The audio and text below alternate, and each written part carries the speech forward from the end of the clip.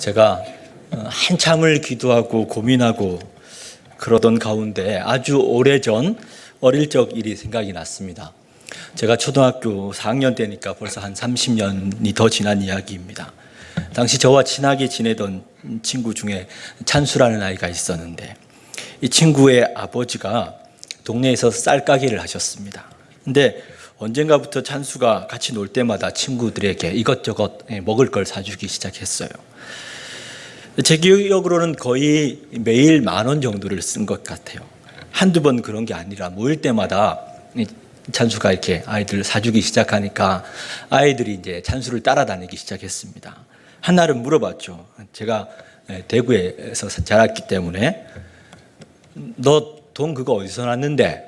이렇게 물어보니까 이 친구 말이 옛날 쌀집 그 돈통 아십니까? 이렇게 나무로 만들고 위에 이렇게 뻥 뚫려 있는 거. 그 돈통에서 들고 왔다는 겁니다. 그때 저는 피아노 학원을 다니고 있었는데 피아노 학원이 선생님께서 항상 돈 봉투를 피아노 그 위에다가 이렇게 선반 위에다가 이렇게 올려 두셨어요. 근데 어느 순간에 제 마음에 나도 찬수처럼 아이들에게 돈을 한번 쓰고 싶다. 그 마음이 쑥 들어온 겁니다. 그래서 그 돈 봉투를 열어보니까 10,000원짜리 지폐가 제법 이렇게 많이 있었습니다. 제게 그 돈 전부 다는 필요가 없고 그냥 한 장만 있으면 좋겠다. 그래서 한 30년 전에 10,000원이면 초등학생들은 이게 완전히 잔치할 수준 아닙니까? 제가 딱 10,000원만 들고 학원을 나왔죠. 그리고 친구를 만났는데 마침 그날 찬수가 돈이 없었어요. 그러니까 아주 자연스럽게 제가 왕이 된 겁니다. 아이들이 물어요. 야, 너는 그 돈 어디서 났는데? 제가 거기에 대해서 답할 이유가 없죠. 제 말을 잘 들어야지 걔들이 맛있는 걸 먹을 수 있으니까. 저는 그때마다 아주 재미를 보면서 왕놀이를 했는데 상당히 흥미가 있었습니다. 그렇게 한번 돈 맛과 권력을 맛보고 나니까 피아노 학원 갈 때마다 제가 뭘 했을까요? 저도 모르게 돈 봉투가 어디 있는지 찾기 시작했습니다. 2번째까지는 쉽게 봉투를 찾았는데 근데 3번째쯤인가 선생님이 그 자리에 안 두셨어요. 한참을 이렇게 찾았는데 보니까 아무튼 그날도 목적을 달성하고 친구들 데리고 실컷 왕놀이하고 집으로 돌아왔는데 학원에서 집으로 전화가 온 겁니다. 선생님이 전화한 게 아니라 초등학교 우리 반 아이가 전화를 했는데 다짜고짜 하는 말이 선생님이 지금 우리 집에 오시겠대요. 어떡합니까? 큰일 났죠. 집에 있기는 그렇고 어디 갈 데는 없고 숨는다고 될 건 또 아니고 일단 집은 나왔어요. 그때 제가 살던 집이 3층 주택집이었는데 진짜 갈 곳이 없어서 1층을 한참께 서성이다가 2층으로 올라가고 2층을 한참 배회하다가 3층으로 이제 올라가는데 보니까 이렇게 선생님이랑 아이들이랑 우리 집으로 벌써 오고 있는 거예요. 옥상으로 올라갔습니다. 오신 것 같아요, 보니까. 이제 더 이상 나는 올라갈 데가 없잖아요. 어떻게 해야 합니까? 이러지도 못하고 저러지도 못하고 정말 속만 까맣게 태우고 있는데 그날 저는 어떻게 됐을까요? 우리는 죄를 생각할 때 어떤 죄는 정말 몹쓸 죄고 어떤 것은 그래도 좀 봐줄만 해. 그 정도는 괜찮아. 자기도 모르게 이것은 큰 죄고 이것은 작은 죄라고 생각하는 경향이 있습니다. 그러나 모든 죄는 죄의 크기와 관계없이 능력이 있습니다. 죄는 능력이 있습니다. 죄 지은 사람을 죄의식이나 죄책감이라는 감옥 속에 이 눈에 보이지 않는 감옥에 가둬버리는 능력이 있습니다. 아마 여러분 가운데도 이 눈에 보이지 않는 감옥에 갇혀본 분이 계실 것입니다. 어떤 사람은 부담감의 감옥 속에, 어떤 분은 불안함과 초조함의 감옥 속에, 어떤 분은 이런 두려움과 공포의 감옥, 거기에 이렇게 사람을 그냥 가둬버립니다. 보이지는 않지만 다른 사람들은 몰라요. 그런데 눈에 보이지 않는 감옥이 사람을 얼마나 불안하고 두렵게 하는지 모릅니다. 만약에 이 죄가 만천하에 드러난다. 만천하가 아니라 해도 내가 알고 지내던 사람들, 내 가족과 이웃들에게, 내 지인들에게 이것이 드러나게 된다면 그러면 사는 게 아니겠죠. 그러니 죄의 삭슨 사망이라는 말은 반드시 죽어야만 경험되는 것이 아닙니다. 오늘 말씀에는 보이지 않는 감옥의 수준이 아닙니다. 현행범입니다. 음행 중에 잡힌 여자를 끌고 왔다고 했으니까 곱게 데리고 온 것 같지가 않습니다. 음행 중에 붙잡힌 것 자체가 얼마나 수치스러운 일입니까? 아마 이 장면을 연극이나 드라마로 연출을 한다면 모르긴 해도 그 여인의 머리채를 이렇게 잡아 끌고서 질질 끌고 와서 예수님 앞에 내동댕이 치는 그런 형식으로 표현되지 않았을까 싶습니다. 때는 민족의 큰 명절인 8일 동안의 초막절을 지낸 다음 날 아침이고 장소는 성전입니다. 예수님이 성전뜰에서 백성들을 가르치실 때 서기관과 바리새인들이 이 일을 꾸민 것입니다. 그들이 하는 말이 여인이 간음을 하다가 현장에서 잡혔다. 모세의 율법은 이런 여인을 돌로 치라고 했는데 선생은 어떻게 하겠느냐? 이런 질문을 했어요. 이 책의 저자인 요한은 지금의 상황에 대해서 6절 말씀으로 설명을 합니다. 그들이 이렇게 말하면 고발할 조건을 얻고자 하여 예수를 시험함이로라.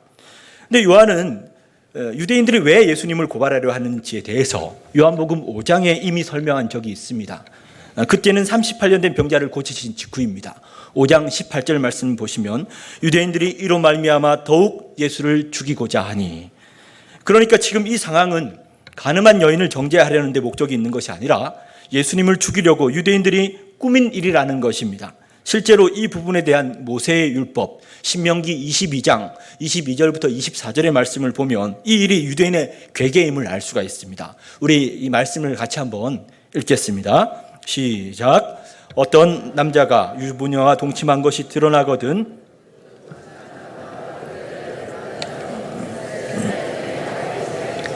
처녀인 여자가 남자와 약혼한 후에 어떤 남자가 그를 성읍 중에서 만나 동침하면 너희는 그들을 둘 다 성읍 문으로 끌어내고 그들을 돌로 쳐 죽일 것이니 그 처녀는 성 안에 있으면서도 소리 지르지 아니하였으며 그 남자는 그 이웃의 아내를 욕보였음이라. 너는 이같이 하여 너희 가운데서 악을 제할지니라. 말씀에 보면 율법에는 이 율법을 여자에게만 적용하라고 한 적이 없어요. 근데 남자는 온데간데 없고 서기관과 바리새인들, 이 유대인들은 그날 아침 여인만 끌고 온 것입니다. 참고로 요한복음에는 유대인이라는 말이 무려 66회가 이렇게 사용되고 있는데 이 유대인이라는 표현이 다른 복음서와는 조금 다르게 부정적인 의미로 사용이 됩니다. 주로 예루살렘에 근거를 둔 그리스도와 복음을 반대했던 종교 지도자들을 가르칠 게 사용되기 때문입니다. 근데 이 사건을 가만히 이렇게 들여다보면 묘한 그림이 나옵니다. 마치 재판장이 생각이 나는 그림이죠.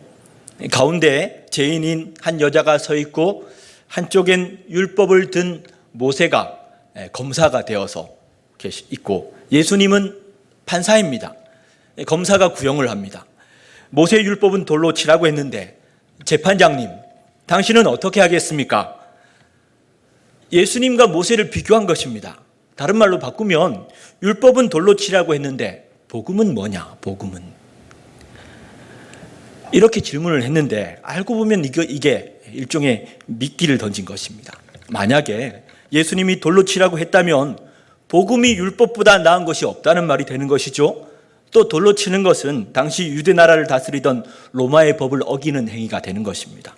반대로 돌로 치지 말라고 하면 그것은 모세의 율법을 폐하는 것이고 명백한 죄를 옹호하는 결과가 되는 것입니다. 예수님이 유대인들의 계략에 그냥 완전히 걸려버린 것입니다. 그때 예수님이 몸을 굽혀 땅에다가 손가락으로 무언가를 쓰기 시작했고 유대인들은 왜 빨리 답을 하지 않느냐고 채근합니다. 7절에 보면 그들이 묻기를 마지 아니하는지라. 원문을 보면 계속해서 강하게 예수님을 채근했습니다. 왜 대답이 없냐고, 뭘 그렇게 쓰고 있냐고. 여러분, 예수님이 땅에다가 뭐라고 쓰셨을까요? 여기에 대한 의견은 분분합니다. 이유는 성경이 그것을 밝히지 않고 있기 때문입니다. 어떤 학자는 용서라고 썼다고 이야기하고 어떤 학자는 정죄라고 이야기를 하고 또 어떤 분은 그 자리에 있던 특별히 서기관과 바리새인들의 이름을 다 썼다는 이야기도 있지만 가장 좋은 것은 성경이 가르쳐주고 이야기하는 데까지 가는 것이 맞습니다. 성경은 이것을 이야기하지 않습니다. 그러나 예수님이 손가락으로 땅에다가 쓰시는 장면을 우리가 생각해 보면 지금 이 장면 말고요, 하나님이 친히 손으로 무언가를 쓰신 기록이 성경 어딘가에 하나 더가 있습니다. 그게 언제냐면 출애굽기 31장입니다. 하나님께서 시내산에서 율법을 주시는 장면인데 말씀 다시 한번 읽어볼까요? 시작. 여호와께서 시내산 위에서 모세에게 이르시기를 마치신 때 증거판 둘을 모세에게 주시니 하나님이 친히 쓰신 것이더라. 킹 제임스 버전의 말씀으로 제가 읽어드리겠습니다. 주께서 시내산에서 모세와 이야기를 마치셨을 때 하나님께서 손가락으로 쓰신 두 증거판인 돌판들 모세에게 주시니라. 자, 그러면 예수님께서 손가락으로 땅에 무언가를 쓰신 것은 대답할 말이 궁색해서 그런 게 아니라 그 옛날 시내산에서 율법을 주시던 하나님을 생각나게 하시던 대목이 되는 것입니다. 너희가 나를 재근하느냐? 내가 누군지 아느냐? 모세에게 율법을 주신 하나님이 지금 여기에 계신 것을 드러내신 것입니다. 적어도 오늘날의 그리스도인은 이렇게 이해하는 것이 맞습니다. 이유는 요한복음 자체가 예수님이 누구신지를 드러내는 것에 초점이 맞춰져 있기 때문에 그렇습니다. 주님이 말씀하십니다. 너희 중에 죄 없는 자가 먼저 돌로 치라. 9절 말씀을 보면 그들이 이 말씀을 듣고 양심의 가책을 느껴 어른으로 시작하여 젊은이까지 하나씩 나가고 오직 예수와 그 가운데 서는 여자만 남았다고 했습니다. 이제 주님이 말씀하십니다. 여자여, 너를 고발하던 자들이 어디 있느냐? 너를 정죄하는 자가 없느냐? 11절 말씀입니다. 대답하되 주여 없나이다. 예수께서 이르시되 나도 너를 정죄하지 아니하노니 가서 다시는 죄를 범하지 말라 하시니. 사건이 이렇게 일단락된 것으로 보입니다. 다시 한번 정리를 하면 서기관과 바리새인들이 간음 중에 잡힌 여인을 예수님께로 끌고 왔습니다. 그러면서 하는 말이 모세의 율법은 돌로 치라고 했는데 선생님은 어떻게 하시겠습니까? 여기에 대한 예수님의 대답은 나도 너를 정죄하지 않는다고 선언하십니다. 그런데 사실은 여기부터가 문제입니다. 나도 너를 정죄하지 않는다. 과연 그렇게만 말씀하시면 되는 문제일까요? 성도님들 가운데 예배가 이런 거라고 생각하시는 분들이 간혹 계시는 것 같습니다.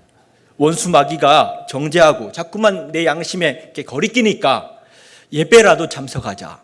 그러면 예수님이 너 정죄하지 않을게 그렇게 선언해 주시겠지. 어쨌든 예배는 참석하자. 만약에 그런 분이 계신다면 그동안 참 수고가 많으셨다고 말씀드리고 싶습니다. 왜냐하면 그런 예배에는 감동이나 은혜가 있을 리가 없는데 그래도 빠지지 않고 계속 참석하셨으니까 정말 대단한 것입니다. 그러나 제가 감히 여러분에게 한 가지 도전을 드리고 싶습니다. 많이도 말고요. 딱 한 걸음만 더 나가보시면, 한 걸음만 더 나가보시길 부탁드립니다. 기독교 신앙은 율법이 우리 정죄하니까 주일날 교회에 와서 예배에 참석하고 그래 예배에 왔으니까 됐어. 하나님이 나 용서해 주실 거야. 그렇게 마음의 위로받고 가는 게 아닙니다. 아니 그래도 그렇게라도 해야 마음이 편해요. 그런 분도 계시죠. 그런데 아무리 그런다고 해도요, 목사가 여러분 대신해서 우리 죄를 용서해 달라고 기도하고 마음의 평안을 달라고 간구한다고 해서 되는 문제가 아닙니다. 제3과 구원의 문제는 여러분 한 분 한 분 개인의 문제이기 때문에 그렇습니다. 그러니 반드시 한 걸음 더 나아가셔야 합니다. 왜냐하면 하나님은 절대로 죄를 그냥 없이 하시지는 않기 때문입니다. 죄의 삭은 사망이라고 했으니 나도 너를 정죄하지 않는다고 했다면 그것으로 끝나지 않고 누군가 내 죄를 대신 담당해야 하는 것입니다. 그래야 하나님의 사랑과 공의가 충돌이 일어나지 않는 것입니다. 만약에 우리가 예배 때마다 주님 앞에 나와 우리 죄 용서를 구했을 때 주님이 그래 넌 정죄하지 않을게 하고 그게 끝이라면 그러면 우리가 이렇게 나와서 주님 앞에 예배할 이유가 없는 것이죠. 그 정도는 우리도 할 수 있는 것이고 그런 말은 우리도 해줄 수 있지 않습니까? 그러나 우리가 하나님의 사랑을 찬양하고 하나님이 예수 그리스도의 이름을 가장 높이 올리신 것은 나도 너를 정죄하지 않아 하고 그치신 것이 아니라 우리 죄를 예수님께 담당시키셨기 때문에 그렇습니다. 예수님이 십자가로 저와 여러분의 죄를 다 담당하신 것입니다. 서두에 말씀드린 제가 어릴 적에 피아노 학원에서 돈 훔친 이야기는 그때 이후로 오늘 처음 사람들 앞에 공개한 것입니다. 제가 이 말씀을 드리는 건 저를 보실 때 야, 이 도둑놈아, 너 거기 서서 뭐하니? 얼른 내려와! 이렇게 이야기하실까 봐 그런 정죄의 눈빛으로 보지 마시고 국률의 눈빛으로 봐주십사 부탁을 드립니다. 아무튼 그 돈이 얼마인지 아직도 기억이 납니다. 3일 천하로 끝이 난 저의 왕놀이는 자금은 총 25,000원이었습니다. 31년 전이니까 초등학생들에게는 굉장한 거금이죠. 제가 나중에는 선생님과 어머니와 이렇게 삼자 대면까지 했어요. 그 후에 저는 어머니에게 끌려서 집으로 들여갔죠. 물론 그 돈을 어머니가 이렇게 다 갚아주셨습니다. 저는 피아노 학원 선생님에게 가서 울면서 용서를 구했고, 선생님은 저를 이렇게 안아주시면서 다 용서해 줄게 그랬는데, 그렇게 다 용서해 주셨는데 그 이후로 제가 피아노 학원에 이렇게 공부하러 가는 게 너무 마음이 어려웠어요. 학원 아이들 중에 저보고 뭐라고 하는 아이들 하나도 없었는데 그냥 제 기분에 피아노 앞에 앉아서 피아노 치고 있으면 아이들이 전부 다 뒤에 이렇게 다 둘러서서 막 수근수글 거릴 것 같은 그런 마음이 이렇게 드는 겁니다. 또 선생님은 저를 용서했다고는 하지만 저로서는 선생님을 매일 본다는 게 너무 힘이 들었습니다. 결국 어머니께 부탁을 드렸죠. 엄마, 저 이제 피아노 학원 안 가면 안 돼요. 어머니께서 그런 제 마음을 아셨는지 한참 이렇게 아들을 쳐다보시다가 그래, 그러자 하시더라고요. 용서라는 말이 단어는 하나인데 참 여러 가지 의미가 있습니다. 근데 우리가 오해하는 것이 그냥 내가 좀 손해보는 셈 치지 뭐, 그리고 나서 다시 안 보면 되지 뭐, 이러면 이건 용서가 아니죠. 적어도 사람이 살다 보면 그럴 수 있지 뭐, 이렇게 하면서 그 사람을 받아주는 것이 용서입니다.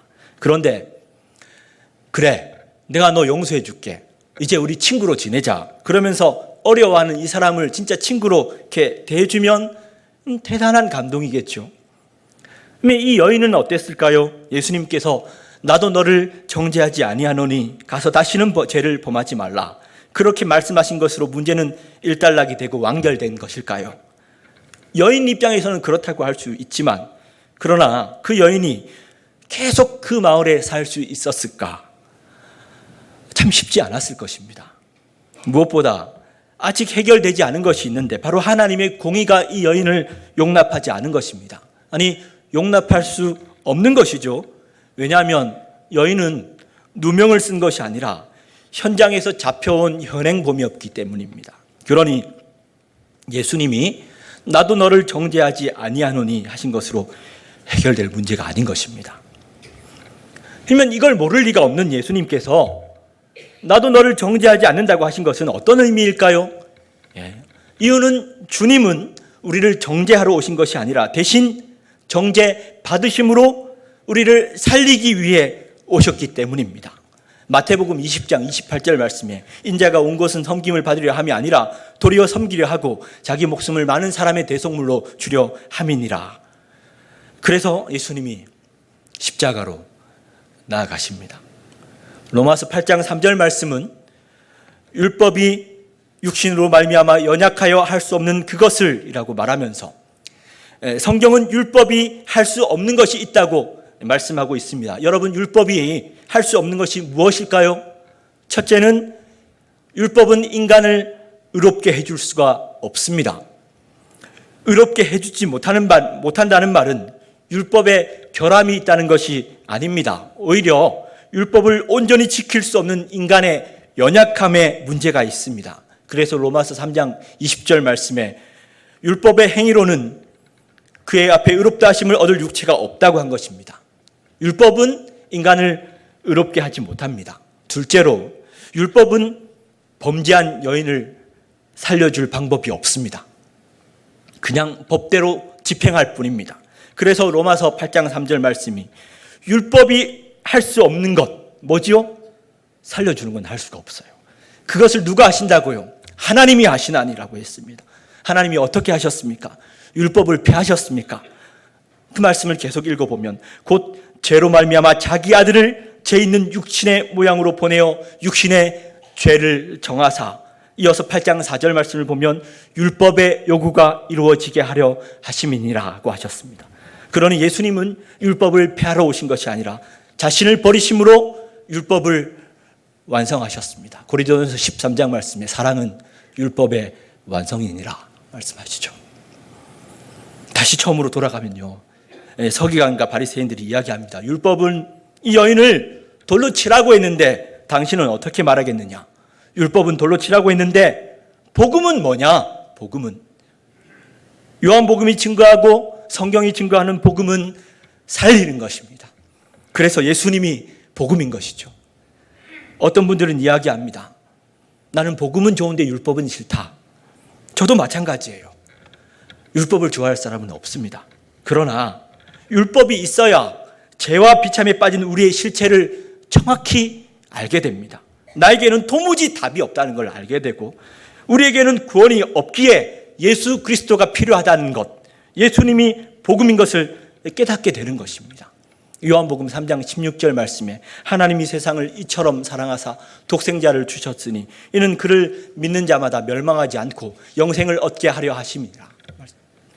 그래서 주일마다 예배 때마다 우리가 모여서 뭐 하죠? 찬양하는 것입니다. 여러분, 예배의 자리에 나오신 게 좋으십니까? 그렇게 되시길 바랍니다. 찬양하면 새 힘을 부어주십니까? 용서받은 자들, 구원받은 자들, 어떤 노래를 부를까요?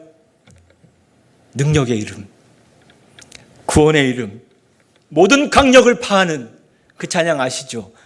능력의 이름 예수, 권능의 이름 예수, 모든 강력을 파하는 예수, 생명 대신 예수. 모든 강력을 예외가 없습니다.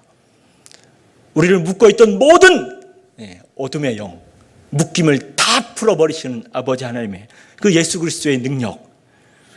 예수님을 노래하는 이유는 예수님이 우리에게 복음이 있기 때문입니다. 여러분, 예수님을 믿는다는 것은 예수님에 대한 찬양과 고백이 있다는 말입니다. 주님이 내 죄를 사하셨습니다. 나는 죄 문제가 해결되었습니다. 나는 완전히 용서받은 사람입니다. 사망에서 생명으로, 어둠에서 빛으로, 마귀의 종에서 이제 하나님의 자녀가 된 것입니다. 그러니까 찬양하고 예배할 이유가 있어서 지금 이 자리에 우리가 앉아 있는 것이죠.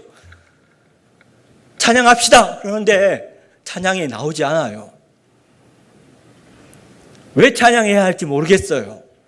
그러면요, 구원의 확신도 흔들리고 있다는 거 여러분 아십니까? 왜 찬양해야 되는지에 대한 이유가 없는 사람들은 왜 믿음으로 살아야 되는지에 대한 이유도 없는 것입니다. 구원받은 사람은 찬양할 이유가 있습니다. 주님께 할 말이 많습니다. 주님, 내 죄를 다 사하셨습니다. 나는 이 땅에 살지만 하나님 나라에 속한 사람입니다. 그것을 이 자리에서 이야기하면 설교가 되고, 제가 이 자리에서 또 다른 입장으로 이야기하면 간증이 되고, 노래를 부르면 찬양이 되고, 하나님께 이야기하면 찬양이 되고, 세상 사람들에게 나가서 이야기하면 전도가 되는 것이죠. 똑같은 것입니다. 그러니까 여기서 찬양하지 않으면요, 여러분 어디에서 찬양하십니까? 집에서 하십니까? 나는 구원받았습니다. 주님이 내게 새 생명 주셨습니다. 이건 이 자리에서 뿐만 아니라 집에서도 해야 되고요, 사회에서도, 직장에서도, 밖에서도 해야 되는 겁니다. 그래야 내 중심은 흔들리지 아니하고 하나님의 사람으로 살아갈 수 있는 것입니다. 여러분, 찬양은 능력입니다. 하나님께서 내게 놀라운 일을 행하신 사람들은 누구나 찬양하게 됩니다. 내 죄를 씻으신 주님, 죄와 사망에서 구원하신 이름, 새 생명, 영원한 생명을 주신 이름을 찬양하며 그분을 높이는 것입니다. 성가대가요, 이렇게 많은 분들이 하나님께서 우리 가운데 행하신 일을, 오늘도 내가 늘 의지하는 예수 찬양하고 주님 앞에 나간 이걸 진짜 전심으로 고백하고요, 진솔하게 아버지 하나님 앞에 나가면 어떻게 될까요? 여러분이 그렇게 하면, 제가 가끔씩 청년들에게 이런 이야기를 할 때가 있습니다. 찬양 하나를 주님 앞에 나가서 진심으로 한번 불러봐. 목소리를 다해서 전심으로 한번 불러봐. 그러면 끝까지 부를 수 있는 찬양이 하나도 없어. 왜? 그 전에 주님께서 우리 마음을 다 만져주십니다. 네, 더 이상 고백할 수가 없어요. 하나님께서 우리 가운데 그렇게 임하시기 때문에. 찬양의 능력입니다. 고백에는 능력이 있습니다. 전심은 놀라운 은혜가 임하는 길입니다. 그러나 단순히 용서받은 게 아니라, 여러분, 제사함 받았다면 평생 나를 가두고 얽어매고 묶어버렸던 그 보이지 않는 감옥에서 노임을 받았어요. 해방을 받았어요. 그러면 이것은 좋은 정도가 아니라 완전히 잔치를 벌여야 할 일 아닙니까? 그래서 예배는 나는 너를 정죄하지 않아, 이렇게 재판하는 자리가 아닙니다. 물론 예배 가운데 우리 죄를 생각나게 하시고 그것을 고백하게 하실 때가 있지만, 예배는 이미 구원받은 자들, 제 문제가 해결된 자들이 하나님 앞에 나와 같은 신앙, 같은 믿음, 우리의 고백을 올려드림으로써 주님께서 내게 행하신 일들을 기억하고 감사하며 한 주간 믿음으로 말씀 붙들고 살았던 성도들이 다시금 믿음으로 살기 위해 주님의 말씀으로 무장하고 세상으로 나가는 자리가 바로 이 자리, 이 예배의 자리입니다. 그런데 여러분, 예배의 자리에서도 원수 마귀가 우리를 정죄하고 고발할 때가 있죠. 그때는 어떻게 해야 할까요? 마찬가지입니다. 우리의 믿음의 고백, 하나님의 말씀은 원수를 묶어버리는 능력이 있습니다. 요한 1장 9절 말씀에, 만일 우리가 우리 죄를 자백하면 그는 미쁘시고 의로우사 우리 죄를 사시며 우리를 모든 불의에서 깨끗하게 하실 것이요. 예수님이 내 죄를 다 사하셨어. 이런 고백에도 능력이 있습니다. 그러나 하나님의 말씀을 고백하며 선포하기 시작하면 주님의 말씀은 믿음의 방패가 되고 성령의 검이 되어서 원수의 모든 공격을 무력화시키고 이기게 하는, 승리하게 하는 능력이 있습니다. 그렇지 않으면 여러분 한번 상상해 보십시오. 우리가 하나님 앞에 섰을 때 재판이 열립니다. 마귀는 우리를 참수하겠죠. 마귀가 우리가 지은 죄로 하나씩 참수합니다. 우리의 죄와 실수와 불순종을 하나씩 지적하면서 계속 정죄합니다. 거짓말하고 속이고 부모에게나 배우자에게나 혹은 자녀들에게 쏟아낸 원망과 분노의 순간들을 들춰내고 우리가 하나님을 실망하게 했던 그 모든 순간들을 다 끄집어내면서 정말 나는 아무짝에도 쓸모없는 인간이구나, 그런 생각이 들면서 이런저런 변명거리를 떠올리고 있을 때 주님께서 가만히 우리 팔을 잡아주시면서 말씀하십니다. 조금만 기다려. 마음을 편하게 가지세요. 그리고 이제 판사가 우리에게 눈길을 주면서 질문합니다. 피고는 이 혐의에 대해 어떻게 생각합니까? 그때 우리의 대언자이신 변호사가 우리를 대신해서 대답을 합니다. 나의 의뢰인을 예수 그리스도의 보혈에 호소합니다. 그러면 판사는 판결을 하겠죠. 피고 측은 그렇게 할 수 있습니다. 그러면 무죄입니다. 요한 1장 7절 말씀에 그 아들 예수의 피가 우리를 모든 죄에서 깨끗하게 하실 것이요. 주님께서 우리를 깨끗하게 하셨다면 여러분 얼마나 깨끗하게 하신 걸까요? 예수님의 보혈 아래에 있는 사람은 죄를 감추고 살거나 잊어버리고 사는 것이 아닙니다. 그 아들 예수의 피가 모든 죄에서 깨끗하게 하실 것이요. 우리는 죄가 완전히 씻겨진 사람입니다. 저는 저와 여러분이 매일매일의 삶에서 특별히 예배 가운데 이 은혜를 누리시기를 바랍니다. 오늘 말씀은 죄와 제3에 대한 말씀입니다. 죄에 대한 아주 중요한 사실은 모든 죄는 하나님 그분께 대한 죄라는 사실과 그리고 그 죄는 하나님과 우리 사이에 거리를 낸다는 것입니다. 그러나 제3은 내 마음이 평화를 얻는 정도가 아닙니다. 로마서 5장 1절 말씀에 그러므로 우리가 믿음으로 의롭다 하심을 받았으니 우리 주 예수 그리스도로 말미암아 하나님과 화평을 누리자. 주님께서 여인에게 말씀하셨어요. 다시는 죄를 범하지 말라. 이제 새로운 삶을 살기 시작했겠죠. 특별히 이 여인은 다른 사람을 정죄하지 않는 삶을 살지 않았을까요?